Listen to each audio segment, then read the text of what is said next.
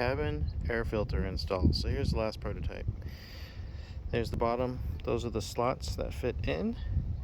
So you're going to take off your cowl and take off this the cover that's usually here, the plastic ones. And it fits down in there, just barely. And then you got to work it down all the way down past the gears.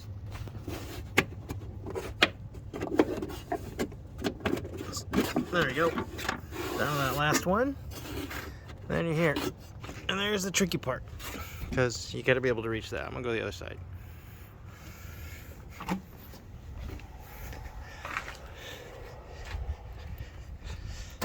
Stool helps.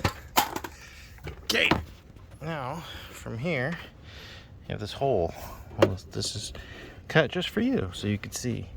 But you're going to want to work this over here. I'm still reaching through the last OEM vent.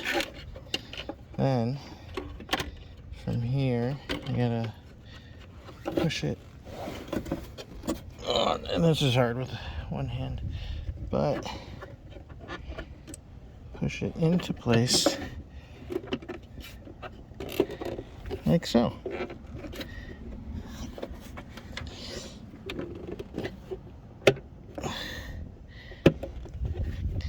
There you go. And you'll kind of feel it pop in.